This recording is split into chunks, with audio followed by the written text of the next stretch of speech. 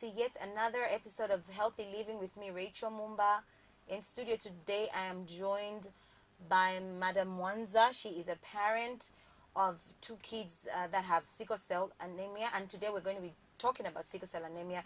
So if you'd like to get interactive, you want to ask those questions, you are free to do so by liking our Facebook page, KBN TV, or alternatively, you can watch us on your Topstar decoder. Our channel is channel 102. So, like I said earlier, our topic of discussion today is sickle cell from the parent's perspective. And would like to hear your views, would like to hear your comments, would like to hear your comments. And I'm joined in studio by Mrs. Mwanza. And Madam Mwanza, thank you so much for coming. I think you have to correct me on that one. It's good to have you. Thank you so much for having me. My name is Mwanza. Mwanza is my first name. I'm Mwanza Changala Chivilo. Okay. Yeah. Thank you so much. I think I forgot the two long names. Yeah. All right. Thank you so much for taking your time out just to be here to raise awareness on our program Healthy Living. Healthy Living is a program that highlights different health situations that we have in our society, and we try to zoom in, try and discuss these things and be able to bring solution where possible. Thank you so much for taking your time, and I really appreciate you. You're welcome. All right, so we just get straight into the program. Tell us a little bit more about you. Who is Mwanza? Okay. My name is Mwanza, as I said. I'm a mother of 4 children, 2 girls and 2 boys. Actually, my first 2 are boys, and my last 2 are girls. My middle 2 children, a boy and a girl, 13 years old and 11-year-old, were born with a condition called sickle cell, which we are going to talk about. Yes. And I'm a marketer by profession, and at the moment, I work for myself. Okay. Yeah. That is nice. Thank you so much. That's very brief, and I know we're going to get to know you a little bit better as we get deeper into this conversation. But just to set the ball rolling, I know we've heard so much about sickle cell anemia, and I know these two are used interchangeably. Yeah. But what is sickle cell? Okay, sickle cell is actually a genetic blood disorder that a child is born with. It's genetic, meaning that the child cannot just have sickle cell if the genes of the parents don't have the genes that carry sickle cell. So both parents need to have those genes. You can either be carriers, both of you being carriers, or one of you should actually have sickle cell, and the other one should either have sickle cell again or be a carrier of that gene for you to have children born with sickle cell. And in this regard, you are a carrier? I'm a carrier, unfortunately, and I didn't know that I was a carrier until my children tested positive to sickle cell. Okay. My husband, too, is a carrier. Okay. Yeah. All right. So then, when did you discover that the children had sickle cell anemia? Because I know that you have just mentioned that you only discovered that you were a carrier when the kids tested positive. Yeah. At what stage did they discover that? Did you discover that they had sickle cell? Okay, for my son started getting ill. Let me just go back. My son started getting ill when he was like 9 months old, but there was no diagnosis. So we didn't know what was causing him to be in and out of hospital. He also used to have low HB or being anemic. And I remember there was a time that actually there was an emergency for him to get blood, and we didn't know what had caused that. So the doctors at that time were thinking that maybe he had malaria, which they never picked. And they thought that maybe because of malaria, his HB dropped. That was the time he was 9 months old, and then from that time onwards he was in and out of hospital. He would have a lot of infections, and then my daughter was born. They were actually close in age. My daughter was born when my son was 1 year 5 months old, and when she was born she was very healthy. My son was sickly at that time, and then the time that she was almost 3 years old, she also got ill, and she was rushed to theater because I believe that the crisis that she had, or the pain that she had, was actually part of the sickle cell crisis that we are going to talk about. So she was rushed in theater, and after the theater episode, you know, she was opened up, and there was nothing that they found in theater in the stomach. So a month later, she presented with the same symptoms, and I took her back to the same hospital, one of the private hospitals here in Lusaka. And that's when the surgeon actually suggested that we test her for sickle cell. Okay. And when she was tested, she came out positive. At that time, she was 3 years old, and my son was already 5 years old. Okay. And my son, at 5 years old, we did not have a diagnosis. So my son was sick for 5 years and with no diagnosis. Wow. And then after my daughter came out to be positive with sickle cell, we decided as a family, okay, there was a lot of denial, especially from me, because I didn't really know much about sickle cell. So we went to UTH, that's the University Teaching Hospital in Lusaka in Zambia, and we were tested as a family. And that's when the doctor really explained to me what sickle cell was. And it was the first time that I knew that I was actually a carrier. My husband was a carrier, and then at that time we had 3 children. So our firstborn is not a carrier. He doesn't have sickle cell.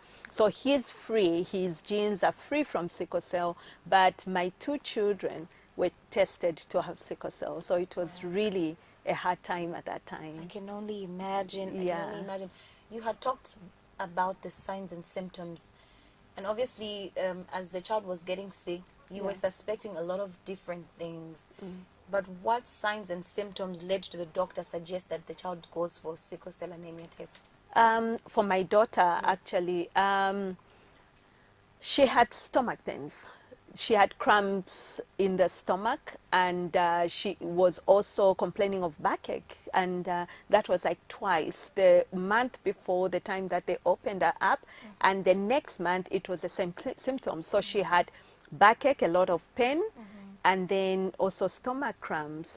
So the surgeon, I think, having worked with so many children and seeing that some of the sickle cell children come with such symptoms, he just decided we do a test.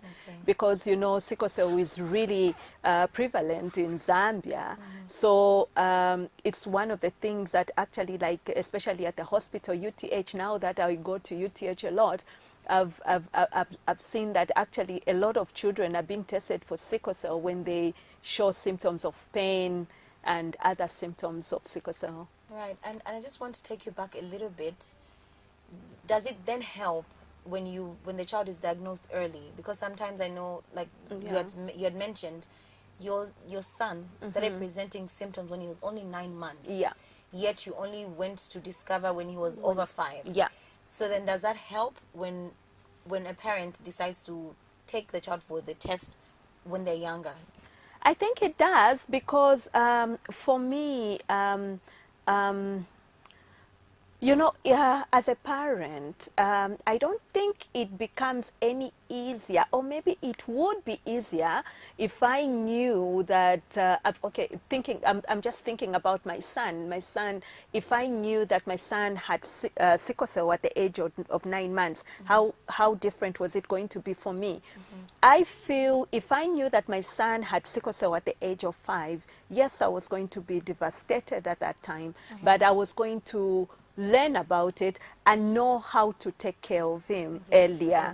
Because as a child especially, the symptoms, I mean, for my son, he would just get ill, and that illness would lead him to be admitted to hospital, but without knowing what was causing all that. But if I knew that he had sickle cell, I was going to know better on how to take him. Yes. All right, thank you so much. This is so educative, and I'm now just realizing certain things that I didn't know, facts about sickle cell that I didn't know. So then now after you, obviously they have suggested that this could be sickle cell. What is the final diagnosis? How do the doctors, I know that you're not a medical doctor, and I must make mention of that you're just a parent that has children with sickle cell, but from your experience, how did the doctors finally arrive at diagnosis? Okay, with sickle cell, how do you find out that you have sickle cell, right? There are 2 types of tests that are done. The first one can be a rapid test, and that's a sickling test, which can be done to find out whether you've got sickle cell or not. There's also another test that is done in the lab. This is all blood, testing the blood, right? So this test is called electrophoresis test. It's done in the lab. And this test is the one that will really show whether you are even a carrier, or if you're not a carrier, if you carry the genes or you don't carry the genes. So this is a hemoglobin genotype. All right. Yeah. Okay. Thank you so much. I must say you're a very strong woman. I mean, having to deal with 2 children back to back. No, it's with not sickle easy. cell, it's not easy No, at it's all. not easy at It's all. not easy, Yeah, but then here we are. Yeah. So what are some of the challenges that you as a parent to these kids, what are you faced with? And I know it's not easy. It's a whole lot. And very few people can manage to handle, because that's one child Yeah. would throw you off. Yeah. But then what are some of the challenges that you are faced with on a day-to-day basis with these kids? The biggest challenge could be that I have to make sure that my children are well hydrated, because that's one thing that actually somebody living with sickle cell should do. They should be well hydrated. So I have to make sure that my children are well hydrated. And you know, for a child, usually when they are playing, they wouldn't really remember to drink water. So I have to make sure that I'm on my toes reminding them to drink water. Now that my daughter is 11, and as I said, the age, she's more aware, so at least she's able to look after herself better than the time that she was younger, for example. And then the other challenges are where I'm not sure whether my child is going to be sick on that day or not. Also, you know, the change of weather, because any change of weather can actually lead them to go in a crisis, and also infections. So, you know, with children, with school, they get infections quite easily. You can get a cold or a flu. So that also is a big challenge for a parent, because you don't know what to do. You don't know whether that term is safe enough to let your child go to school or not. You know your child needs to be in school, but again, you've got this fear that if they go to school in June, for example, in winter, are they going to be okay? What's going to happen? Are they going to get a lot of infections, a lot of crisis? So really, those are the big challenges. And then the biggest challenges of them all is when a child is in a crisis. Yeah. Yeah. I know that. And also when it comes to challenges, I know that staying hydrated and adhering to a healthy diet go hand in hand. Yeah. So then you would also want to make sure that they're fed right. Yeah, because to avoid, we can't really say that how are we going to avoid a child from having a crisis. But what a parent should know is that when a child has sickle cell, you have to make sure that their diet is good. They eat the same foods that we eat. Don't force your child to eat the food that the child doesn't really want to eat, but make sure that the diet is good. It's a balanced diet, because the child will need vegetables and fruits. The child will need a lot of water, as we said. The child will need a lot. So in water, some children don't like water, but you can actually bring in things like maybe diluted juice, because the juice which is diluted has a lot of water. You know, the 100% juice doesn't really have a lot of water, because it's going to have a lot of the fruit. Yeah. So why not put in water so that the child drinks more of the water? And also encourage the child to start drinking water early, because once a child gets used to taking a lot of water, they grow up getting used to that. Yes. Yeah. So as a parent, you need to make sure that the child is eating well, the child is well hydrated, and you also have to make sure that when it's too hot, don't overdress the child. And when it's too cold, don't underdress the child, because the change in weather can actually trigger a crisis. That's right. Yeah. That's right. Thank you so much. Thank you so much, Mwanza. I'm learning so much. I'm learning a lot, and I'm sure our viewers out there are learning as much. So we're going to take a short break, but still to come, we're going to be talking further about sickle cell anemia. And like I said earlier, you are free to get interactive. You are free to comment. You're free to ask those questions, because the idea of this show is just to share information on various diseases that we're faced with in our society from time to time. I'll be right back. Don't go away.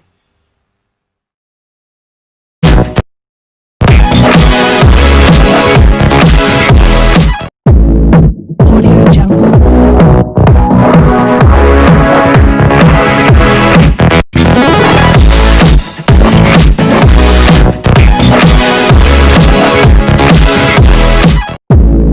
Audio Jungle.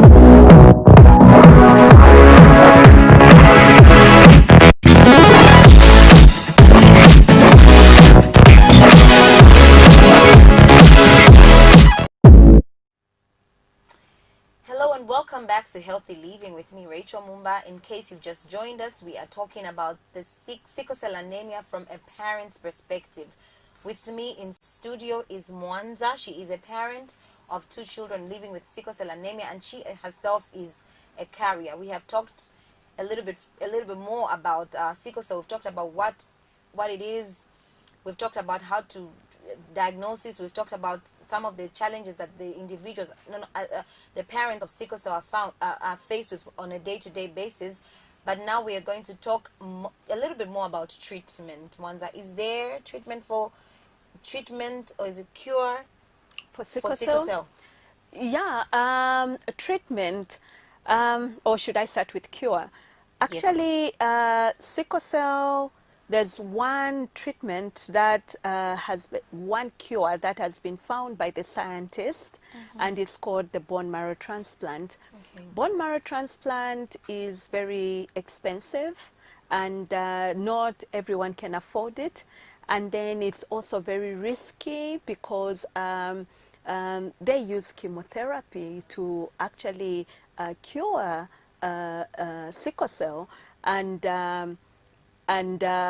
we don't have it in many countries. Like in Africa, I know one country in Africa is trying it out, and also South Africa has it, by the way. But the cheapest so far in the world, what we found, is actually India. Okay. So yeah. All right. So you have talked about bone marrow transplant, and you mentioned that your child had to undergo bone marrow transplant. Actually, yes. My son did we took my son to India, and he had bone marrow transplant done on 26 December 2018. So he's going to turn 2 years post bone marrow transplant, and so far he's doing so well. God has been so faithful, and but overall, bone marrow transplant is very risky and it's very expensive. So.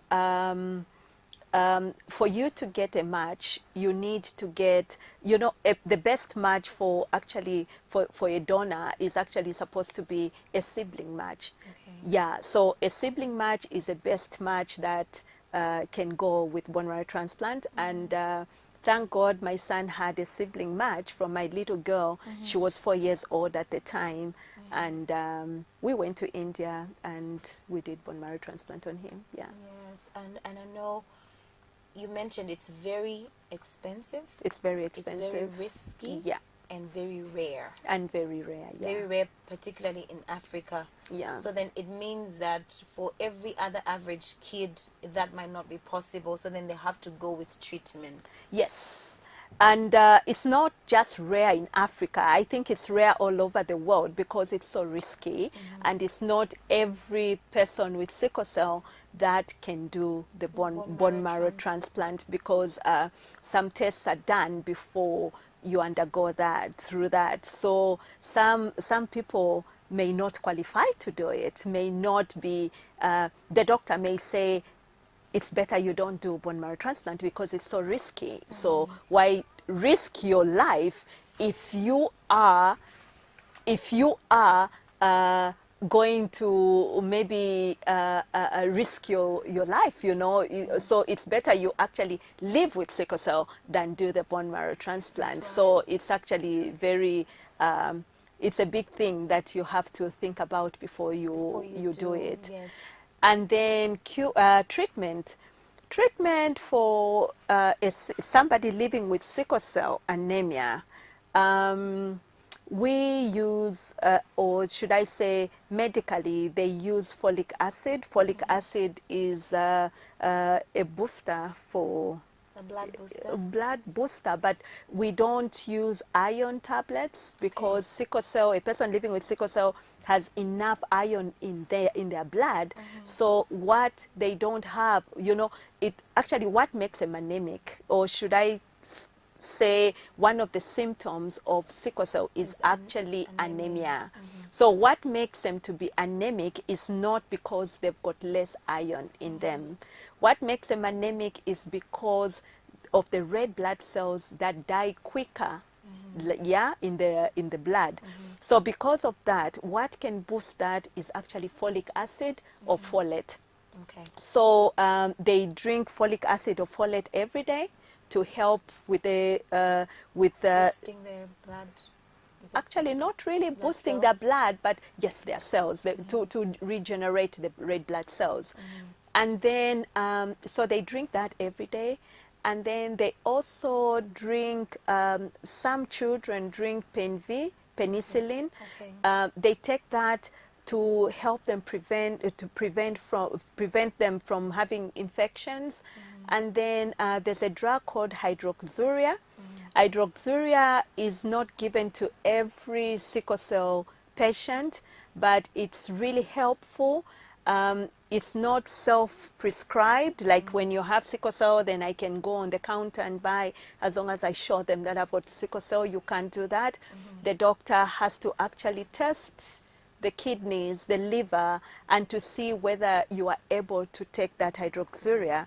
Hydroxyurea helps them to reduce the crisis, the times of crisis, and also it boosts their blood. That's right. Yeah, so that's the treatment that really we have. Oh, that's a lot. It's a lot, a and lot. if anything, right now in Zambia, hydroxyurea is not readily available. Okay. And when you find it in the pharmacies, it's very expensive. Expensive. So a lot of people living with sickle cell were given that chance to be taking hydroxyurea, but finding it has been very difficult. Very So some of difficult. them have just stopped taking it, Okay. which is which is not a good thing. Okay. Yeah. I'm going to take you back a little bit to the time that you were doing the bone marrow transplant. Yeah. You said the donor was your little girl. Yeah. What are some of the? I know that you were taking a risk. Yeah. What after the operation? Yeah. What are some of the things that she suffered? Was the recovery process quick? Did she have to? You be mean the donor? hospitalized? The donor, yes. No, the donor had no problems actually. Okay. Especially that she was young, because I saw in India, I saw some donors that were older, like maybe a mother being a donor. They would complain of dizziness, they would complain of backache. But for my daughter, she was a 4-year-old girl who, so small, and she didn't have any complications. effects. No, she Wow. was fine. They removed the cells from her like a day, like one day they worked on her. The following day she was out of hospital, and Awesome. on the third day she was out of the country, and she was fine. Wow, that's Yeah, nice. That is so yeah. nice. And then treatment. I know this is something that is done on a continuous basis. Yeah, And I know that it can take a toll on the patient. yeah, Because then this is a lifestyle of taking medication. yeah. Are there any other side effects other than the fact that, okay, I take medicine quite too often? Is there any other side effect? I mean, does it damage the liver? Does it have any repercussions to the other body organs? Or maybe the medicine is mild enough to just keep them going? Mild enough, yes. I would say folic acid or folate, yes, it's really mild. But for hydroxyurea, I don't think it's that mild, and I wouldn't say much because Yes. I'm not a medical Yes, person. absolutely. But yeah. All right. Thank you so much. Thank you for just highlighting that point for us. Okay. So then would you run us through a typical crisis day? What Okay. goes on on a day when the child just wakes up and there's a crisis? Okay, so a crisis can happen at any time. It can happen suddenly, and it can also start slowly, because a crisis is when the child or a person living with sickle cell goes in pain. Let me talk about why the crisis comes before I got there. Yes. So what makes the crisis come is because of the red blood cells in the blood that breaks faster than the normal red blood cells. Normal red blood cells, like my red blood cells, and I'm sure your red blood cells, uh, bounce up and down, taking oxygen all over the blood vessels, right, in the blood vessels, and they are round in shape. But for the sickle cell, a person living with sickle cell, we call them warriors. Yeah, for a warrior, the red blood cells break very quickly, and they become sticky, and they curve like a banana shape or a half moon. Yeah, so they get sticky and they block the passage of the tiny blood vessels. So when they block those tiny vessels, the passage, when it blocks, it causes a lot of pain in that area. And the pain can start from being maybe throbbing immediately. It can also be sharp. It can also be dull, and it can be very irritating. So if the pain starts by being dull, it becomes easier to treat it from home, because you can take your painkillers, and I would say that Panadol would not work. So usually what would take, like for my children, what I would give them is Brustan or Panadol and Brufen mixed together. And if the pain is dull, you give them that, you give them a lot of fluids, it can actually die out. But sometimes when the pain starts being dull and then it progresses, sometimes even if you've given them the painkillers, the pain would just progress and progress. And when you think that the pain is not stopping, like within 2 hours or 3 hours, it's better to just pack your bags and take the child to school, to the hospital. Because at the hospital, the first aid that will come will be giving the child a stronger painkiller, maybe an injection, and then also putting the child, giving them fluids through the IV. Okay. Yeah. That's quite a lot. That's quite a lot, and it can happen like many times. It can happen like maybe once a year. It can happen very frequent, and it can also happen every 2 days, every 3 days. So it can happen at any time. So you basically have to be prepared. You just have to be prepared. All right. Thank you so much. And then, what are some of the challenges? I know we've talked about challenges that you may face as a parent, which are many. Yeah. But then, what are some of the challenges that these individuals, these children that have sickle cell have to face with, to deal with on a daily basis? I know that some of them sometimes suffer stigma. Yeah. But then there are those other challenges, like they cannot play with their friends. Yeah. Yes. What are challenges? Actually, those are the main challenges. Stigma is there because most of the people that are living with sickle cell would have maybe yellow eyes. They would also be smaller for their age compared to the other children. And some of them would have a protruded stomach, so that causes a lot of stigma and also missing school. Yes. Yeah. And so the challenges that children may have is, apart from that, is also missing school, because many times they are not feeling well, many times they are sick, and even if they went to school, they may not be as active as another child. And then the other thing is, we tell the children living with sickle cell not to do excessive exercises.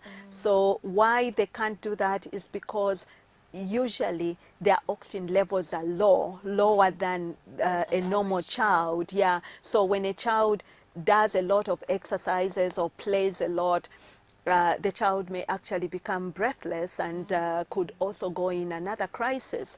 So because of all that, children face a lot of challenges, because sometimes they want to play. A child wants to be a child. a child wants to play and an adult says, no, you can't do that. So the child will be fighting the adult to say, but why can't I do it? Why do I have this? Why is it that I'm the one who's always sick and my friends are not sick? So, yeah. Right. And We then, mentioned, I know we talked about how to manage the crisis. You said we give them these painkillers, and when Yeah. it exceeds, we take them to the hospital. But there's something that is that's another challenge, especially of parents that are taking care of these children with sickle cell. Acceptance. Yeah. That's one big issue. I know you mentioned earlier you were in denial, Yeah. but then you moved past that. Yeah. But today, as we speak, there's a parent out there who is still in denial. They cannot just bring themselves to believe that my child is sickle cell anemic, and then they've just decided to sit with the child at home.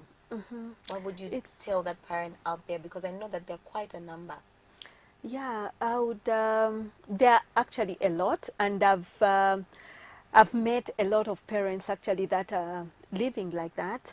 And one thing I always say is that as a parent, accept the condition that your child has, and then learn about it. You have to. It has to be deliberate. Yeah, read about it, learn about it, know what it is, how it can be, how you can help your child. Because when you are in denial, you are not going to be helping your child at all. That's right. And then make sure that your child knows about their condition, so that the child is able to tell their friends about the condition. Because what brings about stigma is because the child can't explain what condition they're living with. Yes. The child can't explain why they're looking different compared to their friend. So because of that, children are there laughing at your child because your child can't explain. But where you tell your child, this is the condition, and you may look smaller because of ABC, your eyes may be yellow because of ABC, the child will be able to stand up for themselves. The child is going to be able to tell the friends, you know what, I may be okay today, but tomorrow I may be sick because I've got this condition. And this condition is not contagious. And let the child be able to say something about their condition. And because of that, you're going to help your child to live healthier. Yes. The child is going to be able to be drinking their water. And friends are going to be helping the child to take water, because sometimes it's the friends that will be helping you Yes. because you've told your friends and your friends know about it. Yes. And then for parents also, I've met a lot of parents, like when I go to the hospital to visit, I find some parents saying, you know, we've been in hospital too many times, it's so embarrassing, and I haven't told anyone, no one knows I'm here. And then you ask them about your neighbors, and they'll tell you, no, I just told them that we are going out for a bit with my child, we'll be back. Why should you hide? Because you need a lot of support. Yes. Yeah. So as long as you keep it to yourself, you are going to be eaten up inside. Yes. And you know, stress can cause even death. So you as a parent, if you get too stressed, you are going to die, and then who's going to remain care with of your the child? child, Yeah. yes. So because there's no much love as a parent's love, a mother's love to a child, a father's love to a child. So why can't you be in your good health for the sake of your child? Yeah. There's also another aspect. It's very easy for somebody like you, Yeah. because you can study, you can research, Yeah. you're probably learned. Yeah. You are able to access this information Yeah. because you had to research. But then there's some women, they have kept their children at home, not because they want to, but because they're not aware of Okay. this information. There's nobody out there who has just gone out to explain to them what these things are. Do you think there's enough awareness that has been raised in the women that are, or in the parents that are taking care of children with sickle cell? Actually, awareness is wide. Okay, we start with parents taking care of children with sickle cell. I'm an advocate of sickle cell, and because of my children, because of the experience that I had, and as I started, when we started this conversation, I said I didn't know anything about sickle cell. You know, initially I thought sickle cell was a death sentence. So when I was told my 2 children had sickle cell, I had 3 children, and then when I was told 2 had sickle cell, for me it was like, oh my goodness, I've got 2 children that are going to die any minute. You know what I mean? Yes. Yeah. And then, so for me, because of that, and then after reading a lot about sickle cell and coming to know that people grow up with sickle cell, they can live normal lives, they can actually be what they want to be, and they can live a full life, except that their life will be a life of a lot of pain. Yes. I decided, let me tell other people about it, Yes. people like me.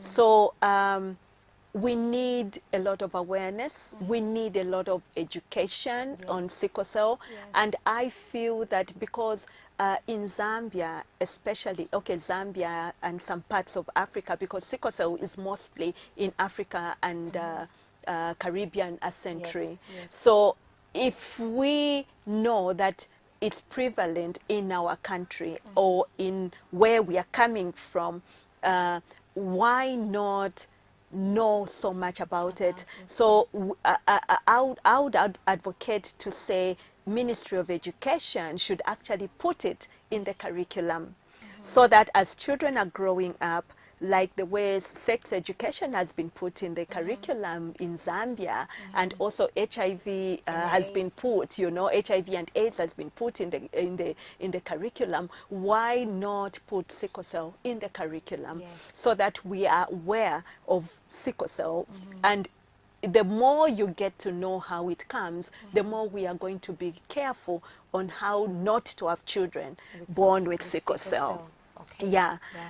And then the other thing is, this is education for everyone, not just parents looking after someone with sickle Yes. cell. Yeah, it's also for people that are going to be soon parents, people that are planning to get married. They should know whether they are carriers. They should know not. whether they've got sickle cell in their families and things like that. I didn't know that there was any sickle cell in our family, any gene of sickle cell in our family. I come from a family of 9, and I'm the 9th in the family Wow. of 9, and I'm the only one who showed sickle cell in the children. Yes. You can imagine. So all my elder sisters and brothers, even my cousins, there's no one who's got Sickle cell. any So sickle you cell. want to just brush it off and say, you know what, Yeah. I don't have it, but then here Yeah, we are. but here we are. Yes. Yeah, so really, since sickle cell is prevalent in Zambia, we have to know our genotype. Yes, we Yeah. need to. Very important. Very Yeah. important. Thank you Yeah. so much, Mwanza. I know we can never really exhaust these conversations, you know, because there's so much. But then before we wrap up, there's one very important myth. I call it a myth Oh, yeah. because I know of so many people that have outgrown a certain age. They will tell you, if you reach a certain age with sickle cell, after that, if you don't reach that age, you will die. It's like they've given you a lifespan. Yeah. But I know of people that have outlived that lifespan, and they are living healthy, normal lives. Is Yeah. it true that if you, for example, I'm going to have to mention that age, that if you have sickle cell and you reach 21, anytime you can die? It's not true. That's a myth. Yes. Okay, one, we said there's no cure for sickle cell apart from the bone marrow transplant, right? So they have also heard people say, when you reach 21 and you don't die, then you get healed. You can't get healed just like that. Just like It's a that. genetic blood disorder. So you live with it, yeah? So now, there's no way that a person will have an age to say that when you reach that age you're going to die.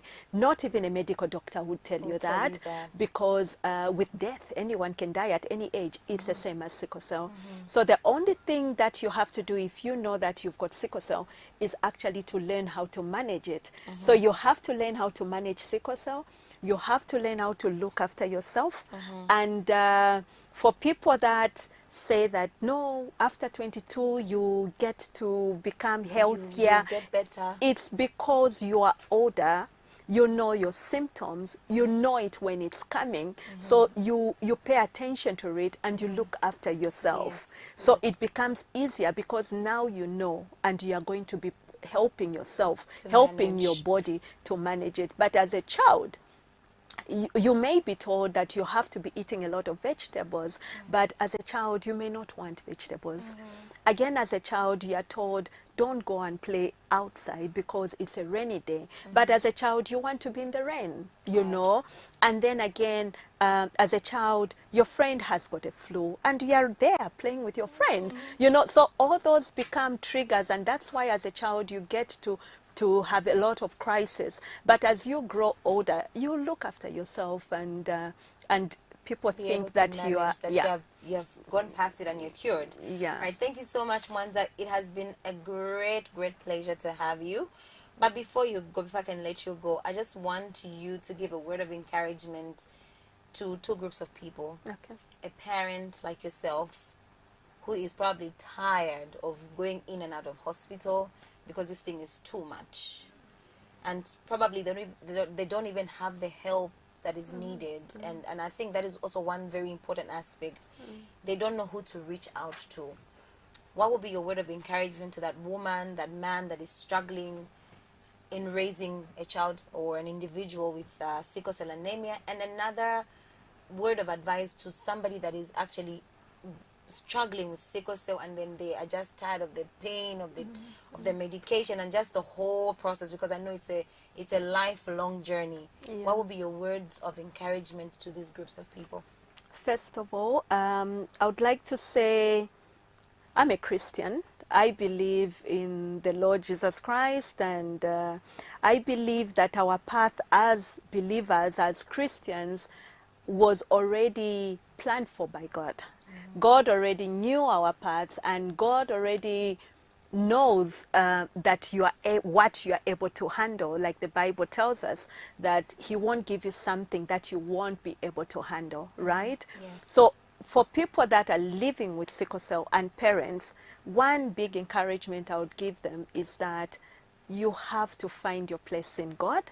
You have to make God find a place in your heart. That's right. And make sure that God will be your comforter and your strength. Yes. It's not easy. Yes, I've met a lot of, especially young adults living with sickle cell that will just say, I'm tired and I would rather die. But, in this journey, there are a lot of problems. And the Bible is clear. If we are following the Lord Jesus Christ carried that cross, and it was heavy. It was really embarrassing and all. If you want to carry that cross, what cross are you going to carry? It's a cross of a lot of pain, a lot of hardships. So even people that don't have sickle cell have got their own cross that they carry. And unfortunately, your cross may look heavier than your friend, but that's a cross that you have to carry. So just carry your cross, go on, and believe that one day it's going to be lighter. God is a healer. He may heal you while you are here on earth, Yes. or you may live with it until you die. So you have to find your strength in God. And then I know the pain can be so painful. It can be so throbbing, but one thing that you have to do is you are not the only one going through that pain. Right. There are other people that are going through it. We've got a lot of people that have grown that are still having the same pain and they're still going on. That's right. And then we also have children that are also going through the same pain. So how different are you? Just strengthen yourself to say, I'm not the only one going through this pain. Let me persevere until it goes away. It's not a pain that you have every day. Yes. You have times that you rest. So the time that you're resting, be the person to actually encourage another person Yes. about it.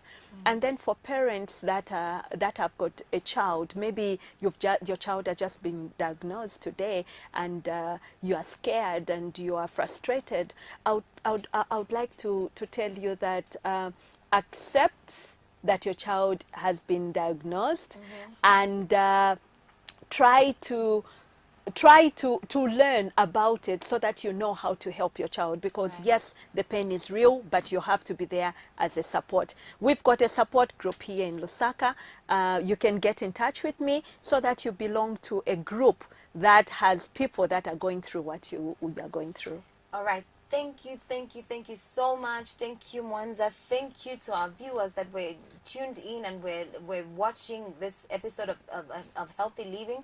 We're talking about sickle cell, and if you'd like to ask those questions, you're free to go to our Facebook page, KBN TV, and ask. And maybe you have queries you'd like to find out about the support group, you're free to do so.